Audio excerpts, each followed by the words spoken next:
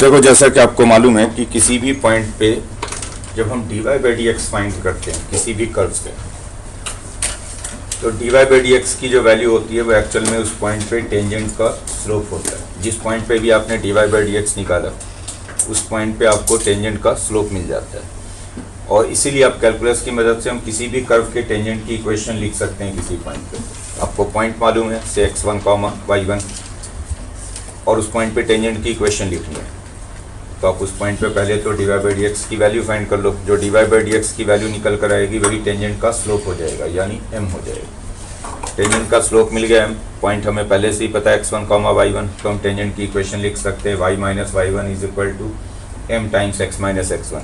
Straight line से कि अगर किसी लाइन का स्लोप m है और लाइन पे पॉइंट x1, y1, तो लाइन की इक्वेशन लिखोगे y minus y1 is equal to m times x minus x1।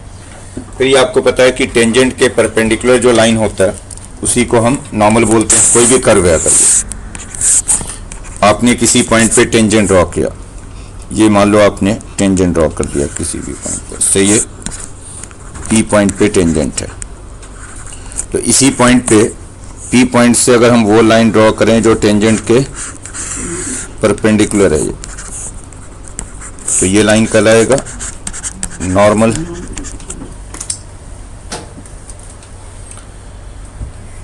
तो अगर, और ये भी पता आपको कि अगर दो लाइंस परपेंडिकुलर हैं तो उनके स्लोप का प्रोडक्ट -1 होगा। तो अगर टेंजेंट का slope dy by D x है तो नॉर्मल का स्लोप हो जाएगा minus dx by dy, reciprocal और साइन बदल देंगे। तो dy by D x actual में टेंजेंट का स्लोप होता है, minus dx by dy normal का स्लोप होता है। तो हम नॉर्मल की इक्वेशन भी लिख सकते हैं x1, y1 पे सेम वही y minus y1 m times x minus x1, but normal के लिए m का काम करेगा माइनस dx बाई dy। बोलिए ठीक है ये? तो कुछ रिजल्ट्स पहले लिख लो।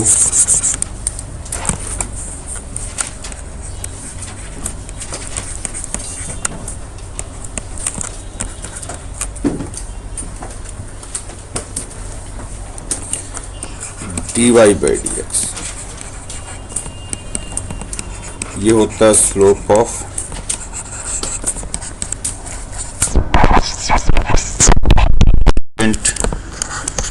टू कर्व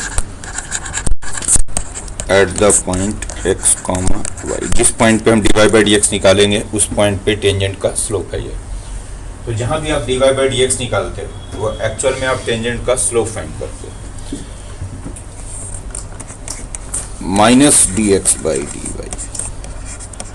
ये हो गया स्लोप ऑफ नॉर्मल। चूंकि टेंजेंट है नॉर्मल परपेंडिकुलर होते हैं तो इन दोनों का प्रोडक्ट -1 है। तो अगर dy by D x tangent का स्लोप है तो minus dx over dy normal का स्लोप है। Slope of normal to curve at x, y।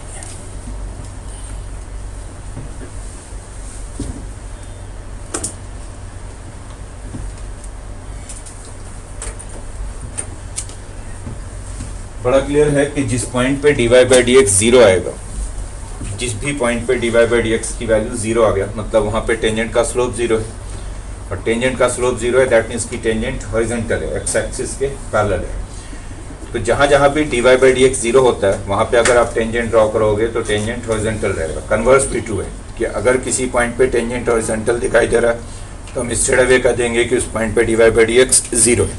तो अगर dy बाई डी एक्स 0 है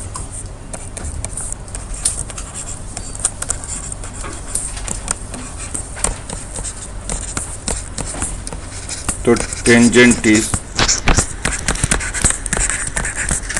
हॉरिजॉन्टल। हॉरिजॉन्टल का मतलब एक्स एक्सिस के पैरेलल होगा टेंजेंट, या एक्स एक्सिस ही होगा। अगर किसी पॉइंट पे dx बाई dy की वैल्यू 0 आ जाए,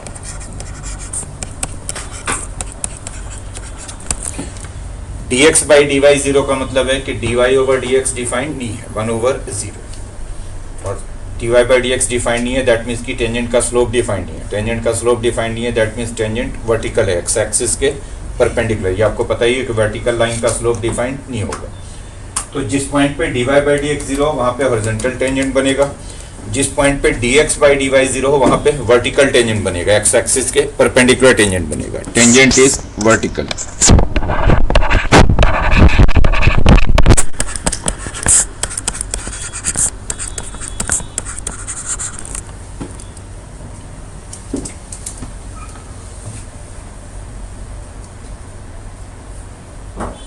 dy by dx 0, tangent horizontal, dx by dy 0, tangent vertical. तो किसी भी पॉइंट पे अगर कहा जा रहा है कि टेंजेंट वर्टिकल है तो आप उस पॉइंट पे dx by dy की वैल्यू 0 करोगे। इतनी बात आपको पता है कि अगर कोई लाइन एक्स एक्सिस के साथ एक्यूट एंगल पे हो, यानी जो थीटा एंगल बन रहा है एक्स एक्सिस के साथ इसका वो एक्यूट है। ऑब्वियसली एक्स एक्सिस के साथ एंगल का मतलब होता है एक्स एक्सिस के पॉजिटिव डायरेक्शन के साथ एंगल। तो अगर कोई लाइन एक्स एक्सिस के पॉजिटिव डायरेक्शन के साथ एक्यूट एंगल पे हो तो उसका स्लोप पॉजिटिव रहेगा, क्योंकि थीटा एक्यूट एंगल है। अगर 90 से कम है, 0 और 90 के बीच में, तो टेन थीटा पॉजिटिव होगा। टेन थीटा को ही स्लोप बोलते हैं, तो स्लोप पॉजिटिव होगा। तो जिस जिस पॉइंट पे dy by dx की वैल्यू पॉजिटिव होगी वहां पे अगर हम टेंजेंट ड्रॉ करेंगे तो टेंजेंट एक्स एक्सिस के साथ एक्यूट एंगल पे होगा। और कभी भी अगर कोई कर्व इंक्रीजिंग है, जिस इंटरवल में इंक्रीजिंग होगा आप वहां पे टेंजेंट ड्रॉ करोगे तो टेंजेंट एक्स एक्सिस के साथ एक्यूट एंगल पे होगा। तो इसलिए हम कहते हैं कि अगर कर्व इंक्रीजिंग है तो जो डेरिवेटिव होना चाहिए वो पॉजिटिव होना चाहिए। आप कोई भी इंक्रीजिंग कर्व रैंडमली ड्रॉ कर दो, जैसे हमने कोई भी ले लिया ऐसे मान लो ये कर्व ऐसे, ये इंक्रीज कर रहा है लगातार नीचे से ऊपर जा रहा है। आप देखो इसके किसी भी पॉइंट पे टेंजेंट लोगे, कहीं भी टेंजेंट लोगे तो एक्स एक्सिस के साथ एक्यूट एंगल पे रहेगा नहीं। जहां भी ड्रॉ कर दो आप, कहीं पे भी टेंजेंट ड्रॉ कर दो, टेंजेंट जो होगा वो एक्स एक्सिस के साथ एक्यूट एंगल पे होगा। और अगर कर्व डिक्रीजिंग हो, ऊपर से नीचे आ रहा होगा, अगर कर्व ऊपर से नीचे आ रहा है, मान लो ऐसे कहीं आ रहा है, तो इसके किसी भी पॉइंट पे टेंजेंट लोगे तो टेंजेंट एक्स एक्सिस के साथ ऑब्ट्यूज एंगल पे होगा। मान लो जैसे हमने यहाँ टेंजेंट ले लिया इस पॉइंट पे, तो ये जो टेंजेंट है ये एक्स एक्सिस के साथ ऑब्ट्यूज एंगल पे, मान लो इस पॉइंट पे टेंजेंट लिया से, अब जो थीटा बनेगा एक्स एक्सिस के साथ वो ऑब्ट्यूज बनेगा। 90 ज्यादा होगा, थीटा 90 से ज्यादा है सेकंड क्वाड्रेंट का है, तो टेन थीटा नेगेटिव होगा, मीन स्लोप नेगेटिव होगा। तो अगर जिस पॉइंट पे डेरिवेटिव की वैल्यू dy by dx की वैल्यू पॉजिटिव हो, टेंजेंट एक्स एक्सिस के साथ एक्यूट एंगल पे होता है और कर्व इंक्रीजिंग होता है। जिस पॉइंट पे डेरिवेटिव की वैल्यू नेगेटिव हो, dy by dx की वैल्यू नेगेटिव हो, टेंजेंट एक्स एक्सिस के साथ ऑब्ट्यूज एंगल पे होगा और कर्व डिक्रीजिंग होगा। लिख लो, if dy by dx is positive, if dy by dx is positive, then the tangent is inclined at an acute angle with the positive direction of x-axis. Tangent is inclined at an acute angle with the positive direction of x-axis.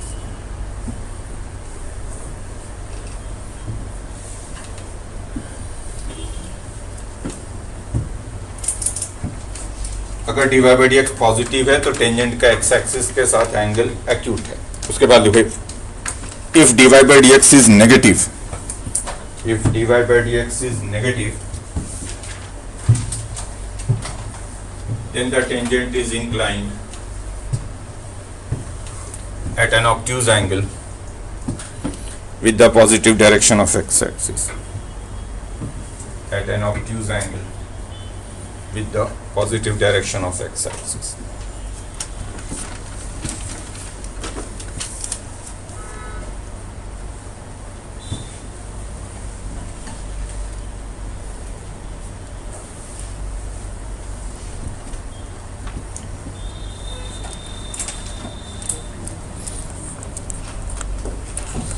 अब अगर आपको किसी point पे tangent की equation लिखनी हो, कोई भी कर्व गिवन है, इक्वेशन ऑफ टेंजेंट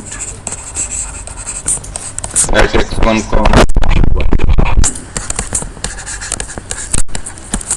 कोई भी कर्व आपको दे दिया जाए, चाहे किसी भी टाइप का कर्व हो, उससे हमें कोई मतलब नहीं, और हम टेंजेंट की इक्वेशन लिखना चाहते हैं eight the point x1, y1। Obviously जब भी हम बोलते हैं equation of tangent at x1, y1, तो ये जो पॉइंट x1, y1 है ये कर्व को सेटिस्फाई कर रहा है, यानी कर्व पे ही है point.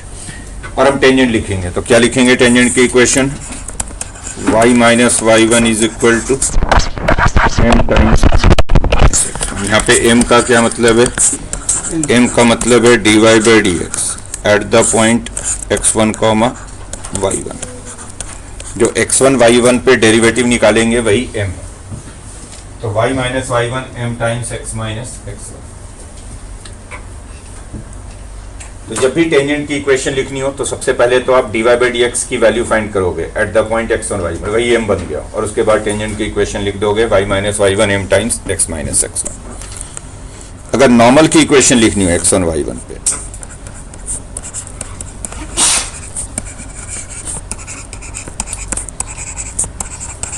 Equation of normal at,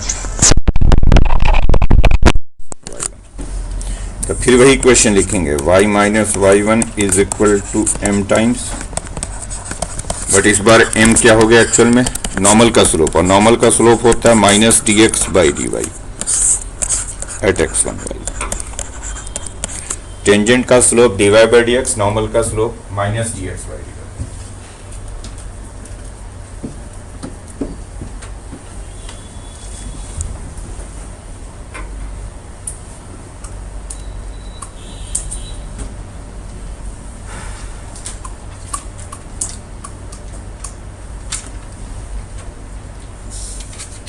लिखिए question, write the equation of tangent to the curve, write the equation of tangent to the curve X square minus 2xy plus 3y square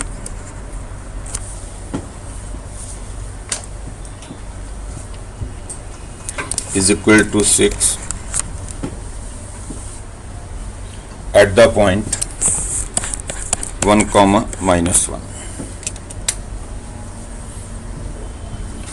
आपको इस curve के tangent की equation लिखनी है। Tangent कहाँ पे लिखना है? Eight the point 1 comma minus 1।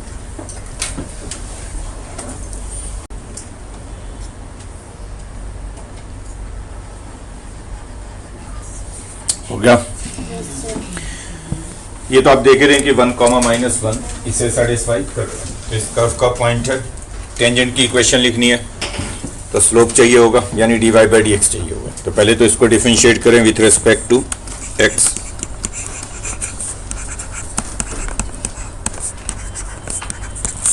X square का डेरिवेटिव 2x माइनस 2 टाइम्स, इस पे प्रोडक्ट टू लगेगा, x इंटू वाई है, प्रोडक्ट टू लगाओगे तो x का डेरिवेटिव 1 इंटू वाई, और फिर x y का derivative d Y by d plus 3 Y square का डेरिवेटिव हो जाएगा, डी एक्स भी आएगा, y का डेरिवेटिव इधर हो गया 2x, यहाँ product tool 1 into Y X into D Y, 3 Y square का derivative 2y D Y by D X. किस पॉइंट पे डेरिवेटिव लेना है आपको? 1 कॉमा माइनस 1 पे। इंसिस में x को रखोगे 1, y को रखोगे माइनस 1। बोलो सही है?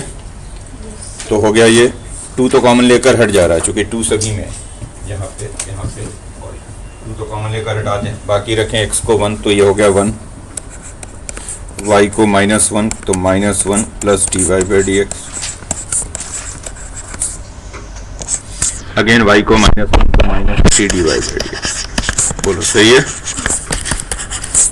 1 and 1 2 और minus 4 D Y by D x.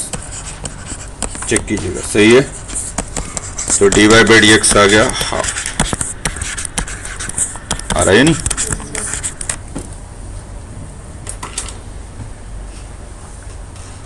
x की जगह पे 1, y की जगह पे माइनस 1 रख दो, तो D Y by D x बन जाएगा हाफ। क्या होगा चेतन? ये इस टेंजेंट का स्लोप है। स्लोप मालूम है, पॉइंट मालूम है। लिख दो equation y minus y1 m times x minus x1। तो इक्वेशन ऑफ टेंजेंट है y माइनस y1 यानी y plus 1, slope half x minus x1। तो this is the equation of y minus y1 m times x minus. Next question, क्या problem पूछ लो, क्या problem?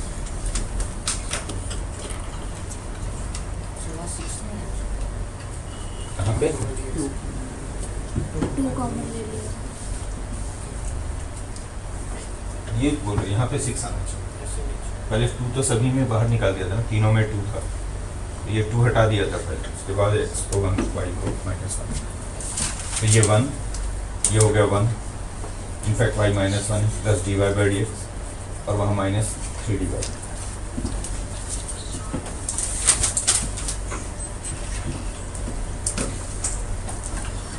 Next question लिखिए, write the equation of normal to the curve.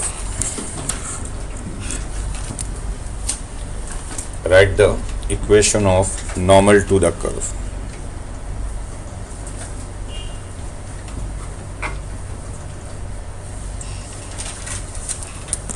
xy is equal to sine of x plus y. At the point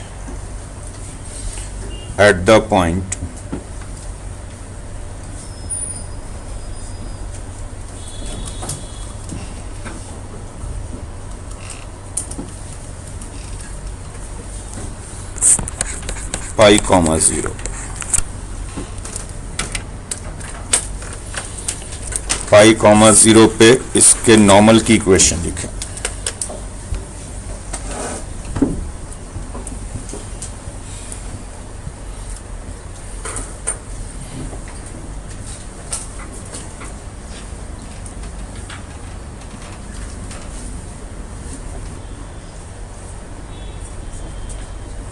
हो गया, point तो पता ही है, सिर्फ स्लोप चाहिए और नॉर्मल का स्लोप होता है -dx/dy।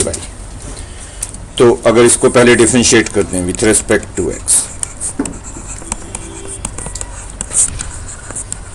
प्रोडक्ट टू लगेगा लेफ्ट साइड पे, x इंटू वाई है तो हो गया 1 into y and then x into y, y का डेरिवेटिव dy/dx। राइट पे साइन का डेरिवेटिव हो गया cos x plus y dy/dx। Chain rule लगेगा, पहले साइन का derivative cos and then x plus y का डेरिवेटिव 1 प्लस dy/dx। किस पॉइंट पे ले रहे हो आप? पाई, 0 पे। इसमें x की जगह पे पाई, y की जगह पे 0 रख दो, जहां जहां x है उसको पाई, y को 0, तो बनेगा इधर 0 प्लस पाई dy/dx। इधर x को पाई, y को 0 रखोगे तो cos पाई 1 प्लस dy/dx। बोलो सही है? अरे बोल भी दो। ये हो गया पाई dy/dx, cos 180 डिग्री की वैल्यू -1, उधर हो गया -1 माइनस dy/dx। ठीक बोल रहा हूँ? इससे dy/dx निकालोगे तो आएगा -1/पाई प्लस 1। ये dy/dx। एक्चुअल में ये टेंजेंट का स्लोप है, नॉर्मल का स्लोप क्या होगा? पाई प्लस 1 हो जाएगा, -dx/dy। तो स्लोप ऑफ नॉर्मल हो गया पाई प्लस 1।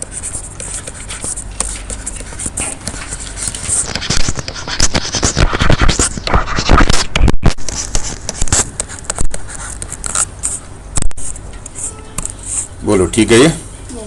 और अब आप नॉर्मल की इक्वेशन लिख दो। नॉर्मल एट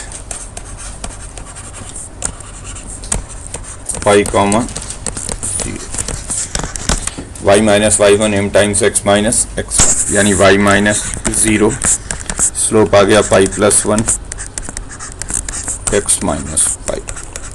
यही है? तो ये नॉर्मल इक्वेशन है, y is equal to pi plus 1 x minus. Next question,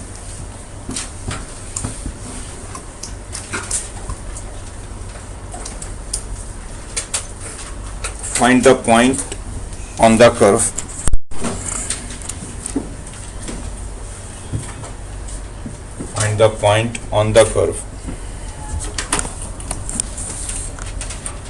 x square minus 3x plus 4y minus 1 is equal to 0, at which the tangent is horizontal.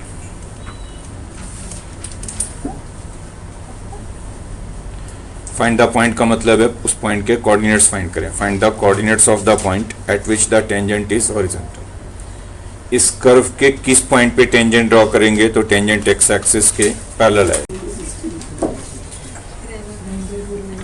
हो गया, tangent x axis के parallel. चुप हो जाओ, उस point पे होगा जहां पे डेरिवेटिव 0 होगा, यानी dy बाई डी एक्स। ये कर्व है, पहले तो dy बाई डी एक्स निकालो। ध्यान दो किधर, अगर इसे डिफरेंशिएट कर दें with respect to x, 2x minus 3 4 dy by D x 0। तो यहाँ हो गया 3 माइनस 2x बाई 4, यही हो रहा है। हॉरिजॉन्टल टेंजेंट के लिए ये हो जाना चाहिए 0। तो यहाँ से x मिल गया 3 बाई 2। तो पॉइंट का x कोऑर्डिनेट 3 बाई 2 है, और x को जब यहाँ पे 3 बाई 2 रख देंगे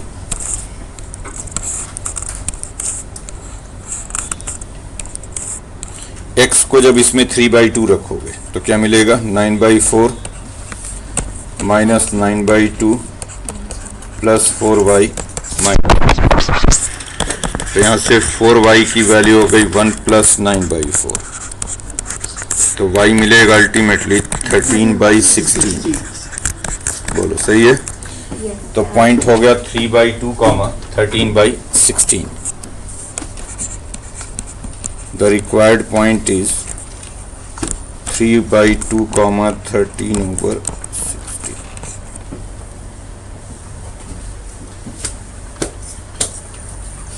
वैसे ये कौन सा कर्व है?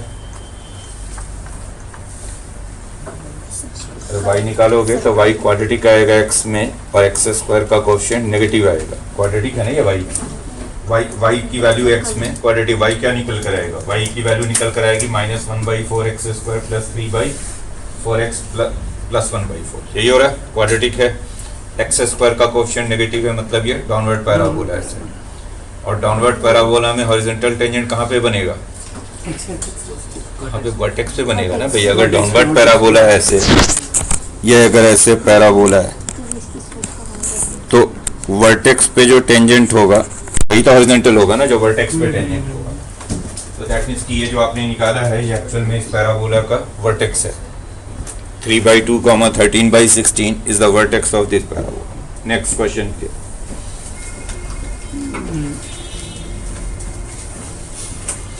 Find the point on the curve. Find the point on the curve X square minus 2xy plus 2y square minus x plus 2y minus 1 is equal to 0, at which the tangent is vertical. इस curve का वो point बताएं जहां पे मुझे vertical tangent मिलेगा। थोड़ा आसान कर देता हूँ इसको, हॉरिजॉन्टल नहीं, थोड़ा सा कर्व बदल दो, इसमें थोड़ा मुश्किल हो जाएगा कैलकुलेशन। फिर से लिख लो, X square plus 2y square कर, X square plus 2y square minus X plus 2y minus. इस कर्व का वो पॉइंट मालूम करें जहां पे टेंजेंट वर्टिकल है।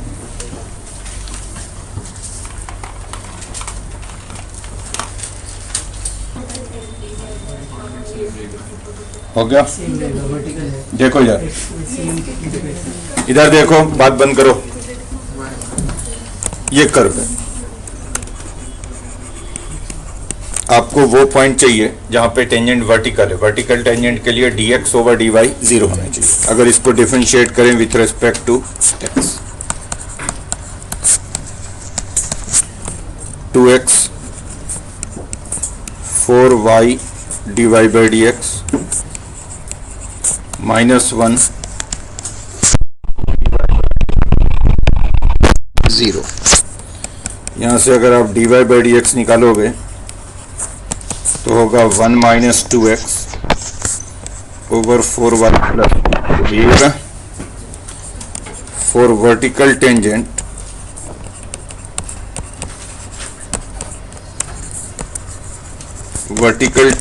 के लिए एक्चुअल में dx बाई dy 0 होना चाहिए और dx बाई dy बनेगा 4y प्लस 2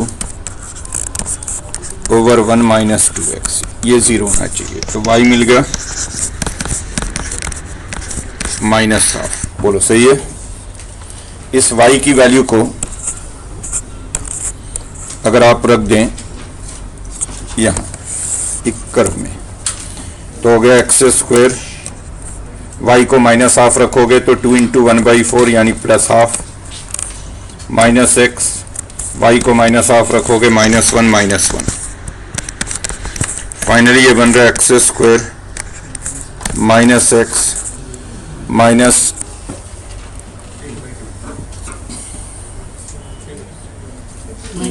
-3/20। सही है। क्वाड्रेटिक का फॉर्मूला लगा दो तो x मिलेगा यहाँ से 1 प्लस माइनस √1 4ac लिखोगे /2। ठीक बोल रहा हूँ। 1 प्लस माइनस रूट, तो ये पॉइंट हो गया। रिक्वायर्ड पॉइंट इज x की दो वैल्यूज आ रही हैं 1 प्लस माइनस √7/2 और y तो एक आ रहा है माइनस, यानी एक्चुअली दो पॉइंट हैं इस कर्व पे जहां पे टेंजेंट वर्टिकल बनेगा। ठीक है। डॉट्स पूछना है तुम लोग? कुछ है डॉट्स? नहीं पूछना? क्यों? आप लोगों को कुछ पूछना है? किसी को लिमिट्स में कुछ पूछना हो किसी को? अभी टाइम है, लिखो क्वेश्चन लिखो। सर टेस्ट देना है। अच्छा यहाँ स्टेज पे रोक दिखा सर नहीं पढ़ाएंगे आगे पक्का। पढ़ा दो सर। एक क्वेश्चन लिखो last. Write the equation of tangent. मैं मना करती सर नहीं पंगे लिए मुझसे। Write the equation of tangent to the curve. Write the equation of tangent to the curve. Y is equal to x square minus 2x plus 6 parallel to the line x plus 2y plus 3 is equal to 0.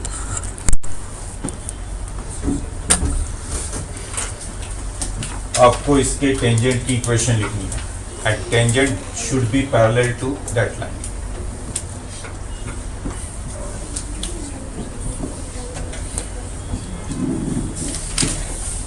Sunday को तुम लोग नहीं आओगे? देखो जब equation of tangent to the curve parallel to this line. और इतना तो आपको पता ही है कि अगर दो लाइंस पैरेलल हैं तो दोनों के स्लोप सेम होंगे। ये भी आपको पता है कि अगर कोई लाइन है ax plus by plus c 0, इधर ध्यान दो, ax plus by plus c is equal to 0, slope क्या होता है -a/b।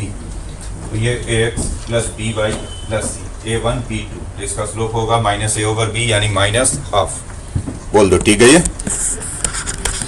तो स्लोप है इसका -हाफ और यही टेंजेंट का स्लोप हो जाएगा क्योंकि टेंजेंट इस लाइन के पैरेलल है। ठीक। इस बार उल्टा है, मुझे टेंजेंट का स्लोप मालूम है -हाफ, पॉइंट नहीं मालूम है कि किस पॉइंट पे टेंजेंट लेना है। तो पॉइंट पहले मालूम करना पड़ेगा कि कौन सा पॉइंट ऐसा है जहां पे टेंजेंट का स्लोप ये बनेगा। टेंजेंट का स्लोप ये बनेगा मतलब dy/dx से बनेगा। तो पहले dy/dx निकालो। अगर इसको डिफरेंशिएट करें तो 2x - 2, ध्यान दो इधर, और जो dy/dx है यही टेंजेंट का स्लोप है। दैट मीन्स कि इट शुड बी -हाफ।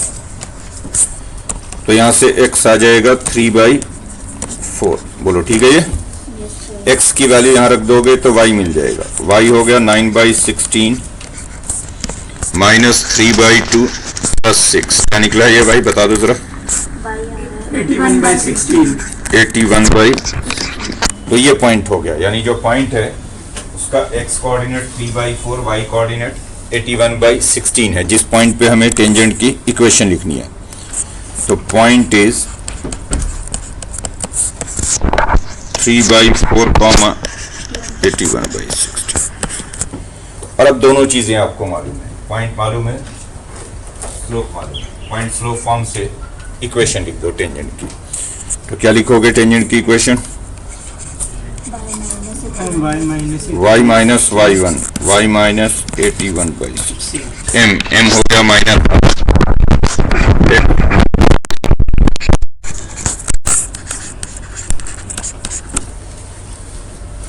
बोलो, समझ में आ गई बात?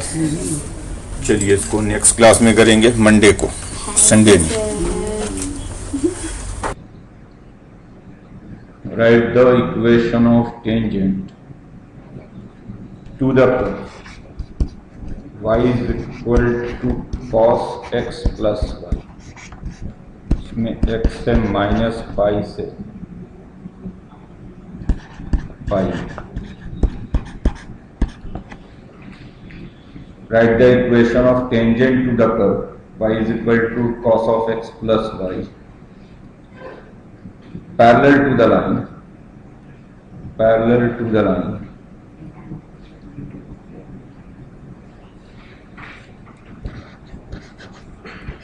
To x plus 4y is equal to 3।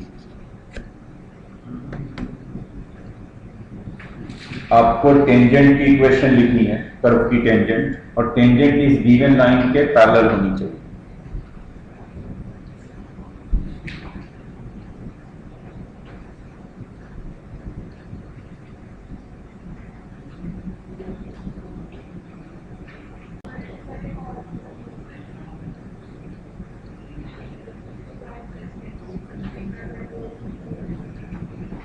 देखो जी,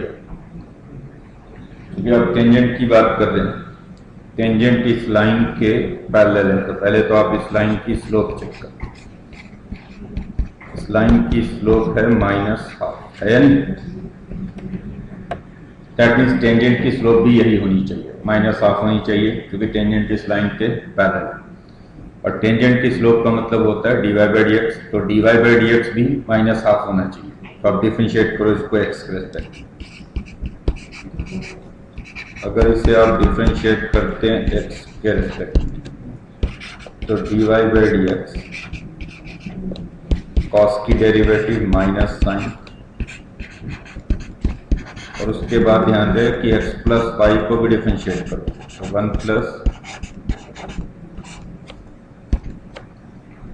पहले तो cos को डिफरेंशिएट किया तो minus sine x plus y, then x plus y को डिफरेंशिएट किया तो 1 प्लस dy/dx।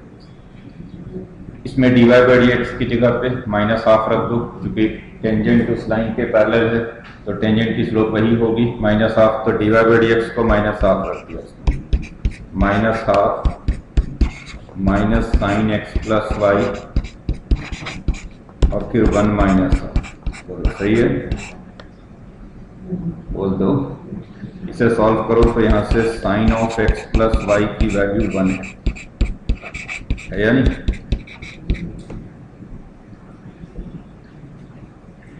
और बड़ी obvious सी बात है कि जब साइन 1 है तो cos 0 होगा, तो हम यहाँ से ये कर सकते हैं कि cos of x plus y की वैल्यू 0 है। जब जब साइन 1 होगी cos 0, और cos of x plus y 0 है, तो जो हमारी गिवन इक्वेशन है उसमें दिख रहा है कि cos of x plus y और y सेम है, तो अगर cos of x plus y 0 है तो y भी 0 है,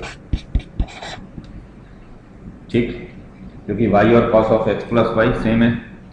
और जब y को 0 रख देंगे इसमें, तो sin x 1 हो गई,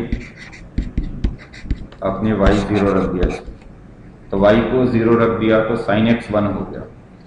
हमें -π से π तक ही देखना है, तो अगर हम -π से π में साइन का ग्राफ देखते हैं, तो 0 से π में ये हो जाता है साइन, 0 से -π में ये होगा, ये होगा ना, तो माइनस पाई से पाई में ये साइन है, तो ऑब्वियस सी बात है कि माइनस पाई से पाई में सिर्फ एक ही बार 1 बनेगी, कहाँ पे, पाई/2 पे।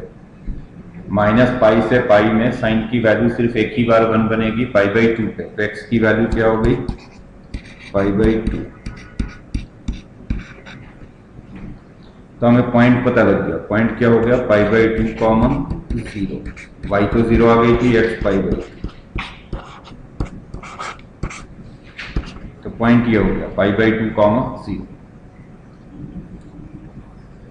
अगर आपसे ये पूछा जाता है कि find the point on the curve at which the tangent is parallel to this line, तो पॉइंट आपने फाइंड कर लिया, पाई/2 कॉमा 0 वो पॉइंट है जहां पे टेंजेंट गिवन लाइन के पैरेलल होगी। तो अब हम टेंजेंट की इक्वेशन लिख सकते हैं, क्या हो गया टेंजेंट का equation, y minus y1 m times x minus x1।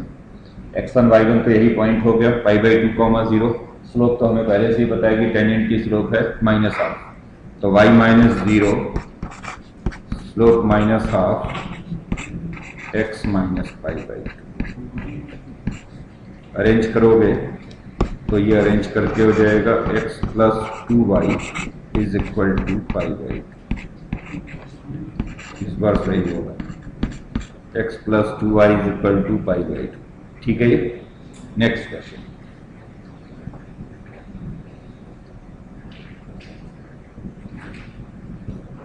The curve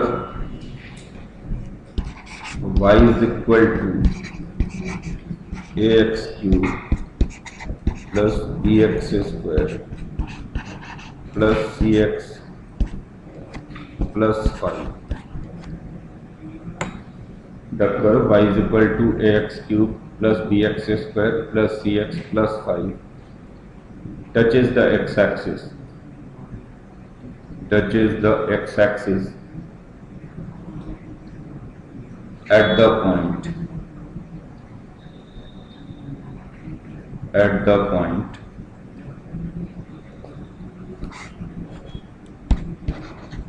-3 commas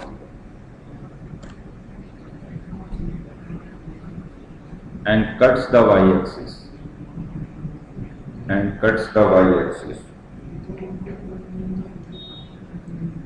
at a point P, capital P, at a point P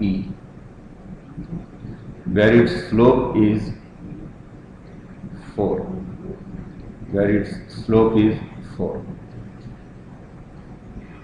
Find the values of A, B and C. Question समझ लें, ये curve given है, दो बातें बोलूंगे। ये curve x axis को touch कर रही है, कहाँ पे टच कर रही है, -3,0 पे, और वाई एक्सिस को कट कर रही है, किस पॉइंट पे, पी पॉइंट पे, और जिस पॉइंट पे वाई एक्सिस को कट कर रही है वहां पे इसकी स्लोप 4 है। कर्व के स्लोप का मतलब होता है कर्व के टेंजेंट की स्लोप, यानी पी पॉइंट पे कर्व के टेंजेंट की स्लोप 4 है। तो एबीसी फाइंड करें कि एबीसी क्या हो।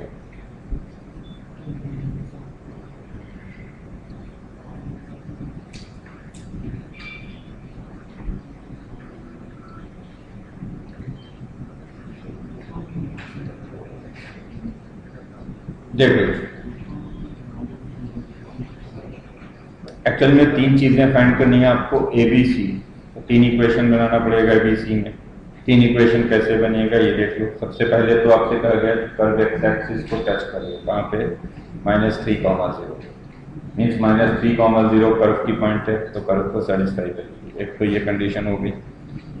दूसरी है कि अगर मैं इसकी डेरिवेटिव फाइंड कर लूँ dy/dx, तो -3,0 पे डेरिवेटिव 0 होनी चाहिए, जो कि एक्स एक्सिस को टच कर रही है, मीन्स एक्स एक्सिस इसकी टेंजेंट है। टच करने का क्या मतलब है कि टेंजेंट है एक्स एक्सिस का, हॉरिजॉन्टल टेंजेंट है, और हॉरिजॉन्टल टेंजेंट पे डेरिवेटिव क्या होती है, 0 होती है। तो -3,0 पे डेरिवेटिव होगी 0। दूसरी बात की पी पॉइंट कहाँ है, वाई एक्सिस पे, तो पी पॉइंट पे जो डेरिवेटिव होना चाहिए वो होना चाहिए 4, क्योंकि पी पॉइंट पे गिवन था कि स्लोप 4 है, ठीक। और पी पॉइंट एक्चुअल में हो क्या जाएगा, पी पॉइंट कहाँ पे है, वाई एक्सिस पे है, तो x0 होगा, और कर्व में जब x को 0 रखोगे तो y क्या आएगा, 5, तो पी पॉइंट एक्चुअल में हो गया 0,5। P पॉइंट y एक्सिस पे है, तो y एक्सिस पे x 0 रहेगा। जब आप x को 0 रखोगे कर्व में तो y होगा 5, तो P पॉइंट है 0,5। ठीक, बोल दो। तो क्या क्या चीजें हो गई, इसकी डेरिवेटिव अगर निकाल दें तो डेरिवेटिव हो गई इसकी 3x² प्लस 2bx प्लस, ठीक। सबसे पहले तो कर्व को -3,0 सेटिस्फाई करनी चाहिए, तो आप कहें -3,0 लाइज ऑन द कर्व, तो इसलिए -3,0 इसे सेटिस्फाई करेंगे। x को -3, y को 0 रखो, तो 0, x को -3 रखोगे तो -27a plus 9b -3c plus 5। तो एक इक्वेशन तो ये बन गया कि 27a plus 9b -3c, sorry, -27a plus 9b -3c is equal to -5। ये होगा ना सपोजिट नंबर 1, तो ये हो। फिर आप कह दें कि since the curve touches the x axis at -3,0, therefore at -3,0 derivative should be 0। तो अगर मैं x को -3 रखूंगा तो डेरिवेटिव 0 होनी चाहिए, तो dy/dx की वैल्यू 0 होगी अगर x को -3 रखेंगे, तो होगा 27a -6b प्लस c। तो एक दूसरा इक्वेशन ये आ गया 27a -6b प्लस c, ये 0 हो गया, सपोजिट नंबर 2। और तीसरी कंडीशन ये है कि अगर मैं P पॉइंट पे चेक करूंगा, P पॉइंट पे अगर डेरिवेटिव चेक करूंगा तो डेरिवेटिव होना चाहिए। P पॉइंट पे चेक करने का मतलब अगर x को 0 रखेंगे तो डेरिवेटिव 4 होगी, तो x को 0 रखो तो c आ जाएगी 4, तो आ जाएगी नहीं 0,5। तो x को 0 रख दीजिए, x को 0 रख देंगे, डेरिवेटिव x को 0 रखो तो डेरिवेटिव c आ गई, c की वैल्यू हो गई 4। c को 4 रख दिया तो देखो फर्स्ट वाला इक्वेशन हो गया -27a प्लस 9b। c की जगह पे 4 रखोगे तो ये हो जाएगा उधर जाकर 7 होगा ना, -12 उधर जाके 12 है। और दूसरे वाले में c को 4 रखोगे तो 27a -6b, ये हो गया -4। बोलिए सही है, दोनों को ऐड कर दो, 27a गया, 3b की वैल्यू हो गई 3, b क्या हो गया 1। और जब b को 1 रख दोगे फर्स्ट वाली इक्वेशन में, तो b को 1 रखो तो हो गया ये a की वैल्यू 2/27। तो a है 2/27, b है 1 और c है 4। ठीक है ये। Next question,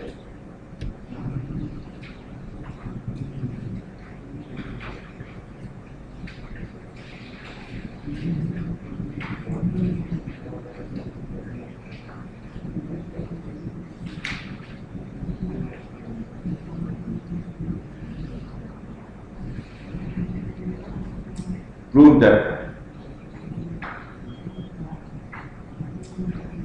the sum of intercepts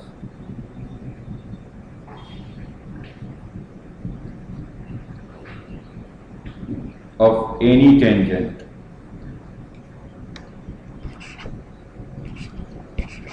of the curve root x plus root y is equal to root a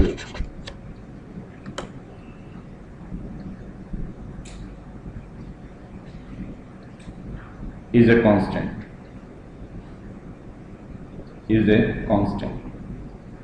A इसमें कांस्टेंट क्वांटिटी है।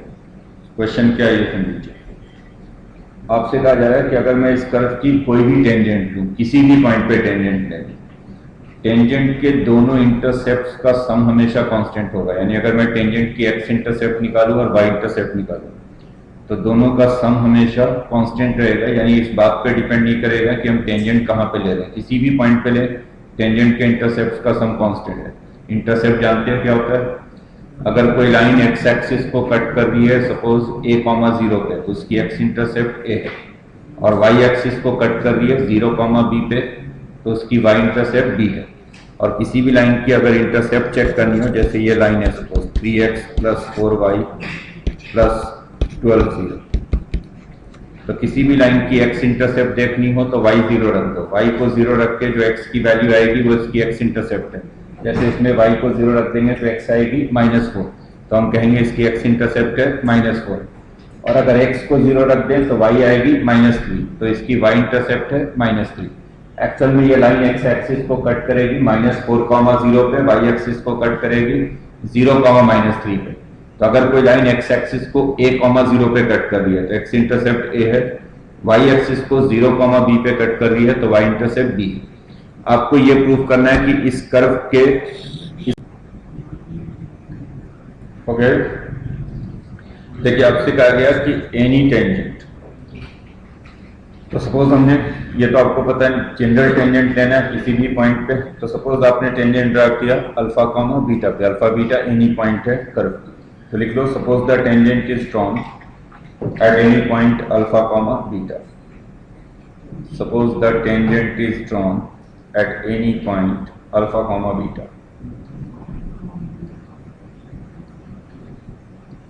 तो पहली बात तो ये कि अल्फा बीटा कर्व की पॉइंट है तो कर्व को सेटिस्फाई करेगी, यानी क्या हो जाएगा root alpha plus root beta is equal to root, क्योंकि आप करें कि tangent is drawn at any point alpha beta, that means alpha beta curve की कोई पॉइंट है, एनी पॉइंट, तो अल्फा बीटा चूंकि कर्व की पॉइंट है तो कर्व को सेटिस्फाई करेगी, root alpha plus root beta root. और अब हम इस पॉइंट पे टेंजेंट की इक्वेशन लिखते हैं अल्फा बीटा पे। टेंजेंट की इक्वेशन लिखनी है तो डेरिवेटिव चाहिए होगी, डिफरेंशिएट करो इसको x के रिस्पेक्ट में,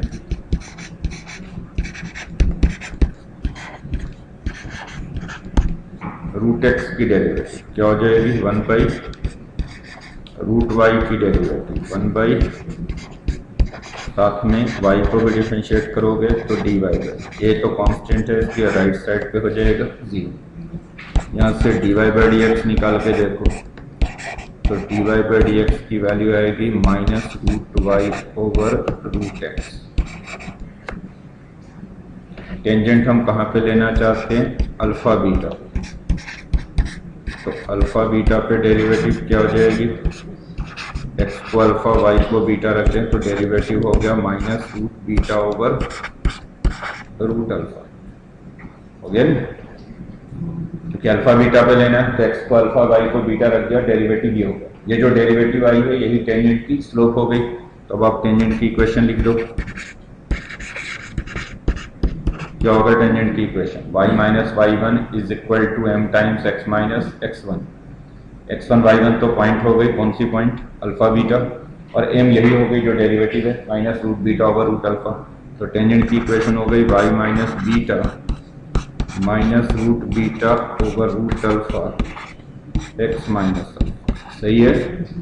y - y1 is equal to m times x - x1, y - y1 m times x - x1, alpha beta point, slope -√β/√अल्फा।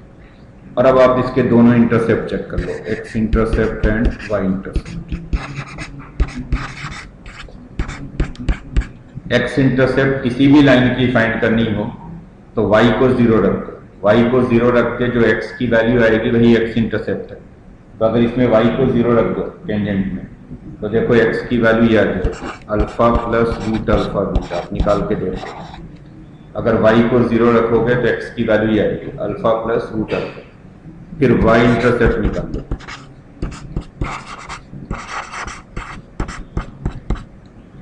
y intercept लिखना हो तो x को 0 रख दो, x को 0 रख के जो y की वैल्यू आएगी वो y इंटरसेप्ट है। तो अगर x को 0 रखोगे तो y की वैल्यू आ रही है beta plus root alpha beta, आप निकाल के देखिए। एक बार x को 0 रख दें y इंटरसेप्ट आ जाएगा, y को 0 रख देंगे तो x इंटरसेप्ट आ जाएगा। हमें क्या फाइंड करना था, दोनों इंटरसेप्ट्स का सम of intercept.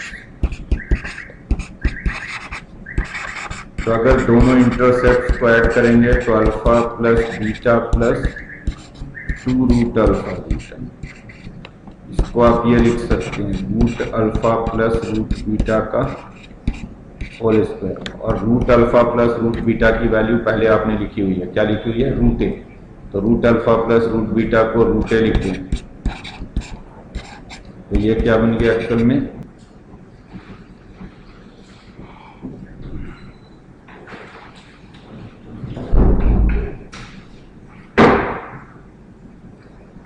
write the equation of tangent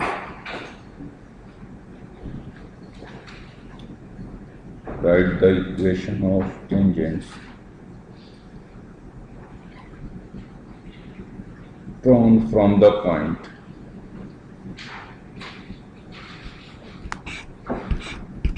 one comma two, drawn from the point 1 comma 2 to the curve y square minus 2x cube minus 4y plus 8 square. Equation of tangents drawn from the point 1 comma 2 to the curve y square minus 2x cube minus 4y plus 8 is equal to 0. एक बात जरा ध्यान से सुन लें कि ये 1 comma 2 जो है एक कर्व को सेटिस्फाई नहीं कर रही है, देख लो 1 comma 2 से सेटिस्फाई नहीं कर रही है, तो एक्चुअली 1 comma 2 जो पॉइंट है ये कर्व भी नहीं है, अलग है, कर्व से बाहर है भी। तो आपको टेंजेंट, जैसे ये मान लो 1 comma 2 है,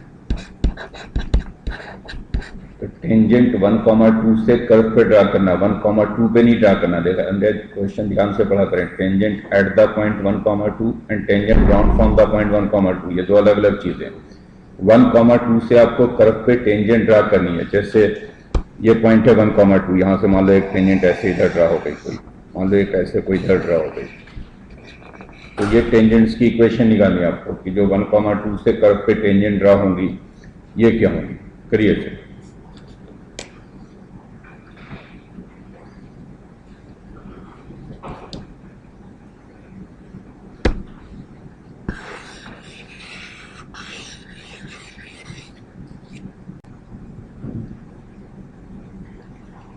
देखो आपसे कहा गया कि आप 1 comma 2 से कर्व पे टेंजेंट ड्रा कर रहे हो,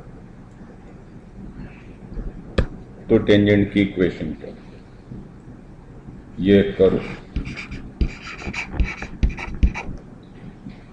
tangent drawn from the point 1 comma 2, आप चेक करके देख लो 1 comma 2 कर्व पे नहीं है, यानी tangent at the point 1 comma 2 नहीं है, tangent drawn from the point 1 comma 2। 1 comma 2 कहीं पॉइंट है जहां से आप कर्व पे टेंजेंट ड्रा कर रहे हैं, जैसा कभी मैंने कहा मान लो ये कर्व है कोई ऐसे, और ये सपोज 1 comma 2 कर्व पे नहीं है, कर्व के बाहर है, यहां से आपने कर्व पे ऐसे टेंजेंट ड्रा किया सपोज, तो टेंजेंट कर्व को जिस पॉइंट पे मिल रही है, सपोज ये पॉइंट जो है जहां पे कर्व को मिल रही है ये अल्फा बीटा है, टेंजेंट कहीं ना कहीं तो कर्व को जाकर मिलेगी, जिस पॉइंट पे मिलेगी वो पॉइंट सपोज अल्फा बीटा है। तो एक्चुअली आपको मेहनत करनी पड़ेगी ये पॉइंट फाइंड करने के लिए कि ये पॉइंट कहाँ पे है, जो यानी जो अल्फा बीटा पॉइंट है ये कौन सी पॉइंट है, क्योंकि ये पॉइंट मिल गई दैट मीन्स आपको टेंजेंट की इक्वेशन मिल गई, फिर पॉइंट ही चाहिए होगा जहां पे टेंजेंट की इक्वेशन लिखनी है। तो लिख लो suppose the tangent drawn from 1 comma 2, suppose the tangent drawn from 1 comma 2 meets the curve at the point alpha comma beta, at the point alpha comma beta।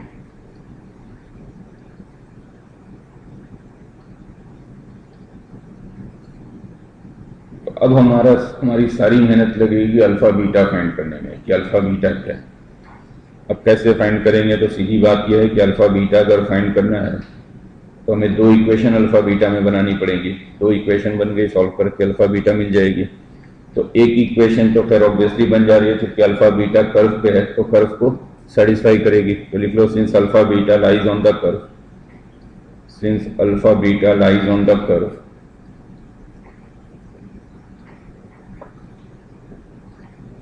therefore eta square minus 2 alpha cube minus 4 beta plus 8 0। Beta square minus 2 alpha cube minus 4 beta plus 8 0। या इसे आप ये भी कर सकते हैं कि 2 alpha cube की वैल्यू हो गई beta square minus 4 beta plus 8 opposite number. एक कंडीशन तो हमने अल्फा बीटा में बना ली, एक और कंडीशन चाहिए। तो एक और कंडीशन कैसे लिखें? अल्फा बीटा पे हम टेंजेंट ड्रा कर रहे हैं, तो आप पहले टेंजेंट की, और जब भी टेंजेंट नॉर्मल की बात कर रहे हैं दैट मीन्स की स्लोप निकालना पड़ेगा। स्लोप मीन्स डेरिवेटिव निकालनी पड़ेगी। तो अगर इससे डिफरेंशिएट करें कर्व को with respect to X, differentiating with respect to X, क्या जाएगा? वाई स्क्वायर की derivative 2y y dash minus 6x square minus 4y dash, this is equal to 0। Y square की derivative 2y into Y dash minus 6x square minus 4y dash. देखो यहाँ से y dash की value मिल गई, y dash की value यहाँ से मिल रही है 3x square over y minus 2, और ये मिल रही है 3x square over y minus 2। तो अगर मैं अल्फा बीटा पे देखूं डेरिवेटिव, तो अल्फा बीटा पे जो डेरिवेटिव आ रही है dy बाई डी एक्स, ये क्या आ गई? x को अल्फा रख दो, y को बीटा, तो ये आ गई 3 alpha square over beta minus 2। सही बोल रहा हूं?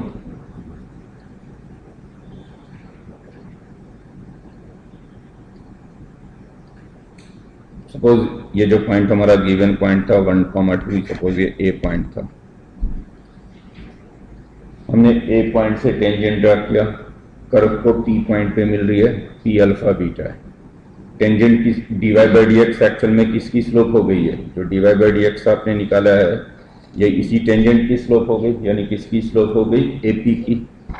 तो स्लोप ऑफ ए पी हो गया 3 alpha square over beta minus 2। बोलोगे ना? यही टेंजेंट लाइन है ना, ये जो एक ही लाइन है यही टेंजेंट है। और इतना तो आपको पता है कि किसी लाइन पे अगर दो पॉइंट्स मालूम हो x1, y1 and x2, y2, तो लाइन की स्लोप क्या हो जाती है? y1 minus y2 over x1 minus x2। तो AP की स्लोप को आप ये भी तो लिख सकते हो beta minus 2 over alpha minus 1, क्योंकि AP पे दो पॉइंट आपको दिख रही है 1, 2 एंड अल्फा बीटा। तो AP की स्लोप को आप लिख सकते हैं beta minus 2 over alpha minus 1। तो AP की स्लोप हो गई beta minus 2 over alpha minus 1। ये हो गया 3 alpha square over beta minus. बोलिए सही है? अगर दो पॉइंट्स किसी भी लाइन पे मालूम है x1, y1 and x2, y2, तो स्लोप होगा y1 minus y2 over x1 minus x2। तो AP का स्लोप जो हो गया, एक पॉइंट है 1, 2, B पॉइंट है अल्फा बीटा, तो AP का स्लोप हो गया beta minus 2 over alpha minus 1। और यहां से अब हमें मिल गया beta minus 2 whole square is 3 alpha square into alpha minus 1। इसको खोल दें बीटा माइनस 2 होल स्क्वायर को, तो ये हो गया beta square minus 4 beta plus 4।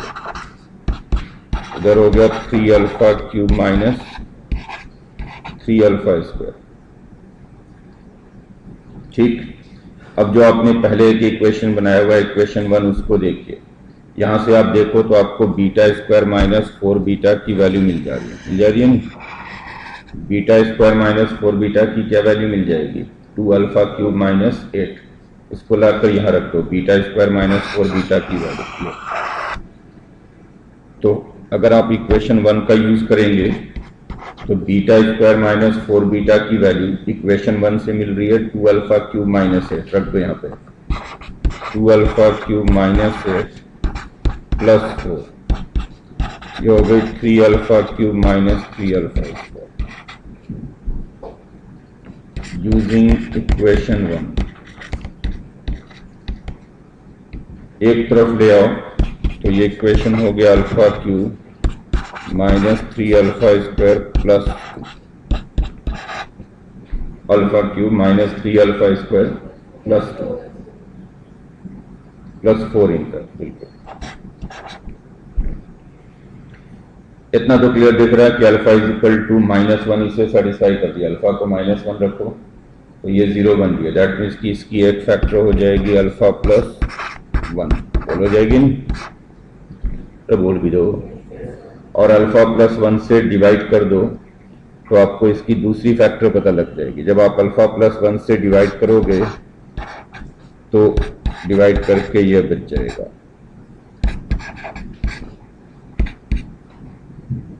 बल्कि alpha square minus 4 alpha plus. अब डिवाइड करके देखो, अल्फा प्लस 1 से डिवाइड करो तो डिवाइड करके दूसरी फैक्टर ये आएगी। और अब ये हो गया अल्फा प्लस 1 और जो दूसरी वाली है ये है अल्फा माइनस 2 का। तो अल्फा की दो वैल्यूज आ रही है, क्या आ रही है? -1 एंड 2। बोलो सही है। और जब अल्फा मिल गई आपको तो अल्फा की वैल्यू इक्वेशन 1 में रखते चले जाए या यहीं रखने, इसको इक्वेशन 2 बोल देते हैं, यहाँ रखना ज्यादा आसान। यहाँ पे देखिए जो बीटा माइनस 2 होल स्क्वायर था इसको इक्वेशन 2 बोल दो। तो दोनों वैल्यू बारी बारी से रख के देखें इसमें। अगर मैं अल्फा को -1 लेता हूं देन इक्वेशन 2 को देखिएगा। अगर अल्फा को -1 रखूंगा इक्वेशन 2 में तो बीटा माइनस 2 होल स्क्वायर इसकी वैल्यू आ जाएगी -6। बोलिए आ रही है ना? इक्वेशन 2 में रख के देख लो अल्फा को -1। और ये तो ऑब्वियसली पॉसिबल नहीं है क्योंकि स्क्वायर नेगेटिव तो हो नहीं सकती। Beta minus 2 whole square negative नहीं हो सकती, तो दिस इज नॉट पॉसिबल।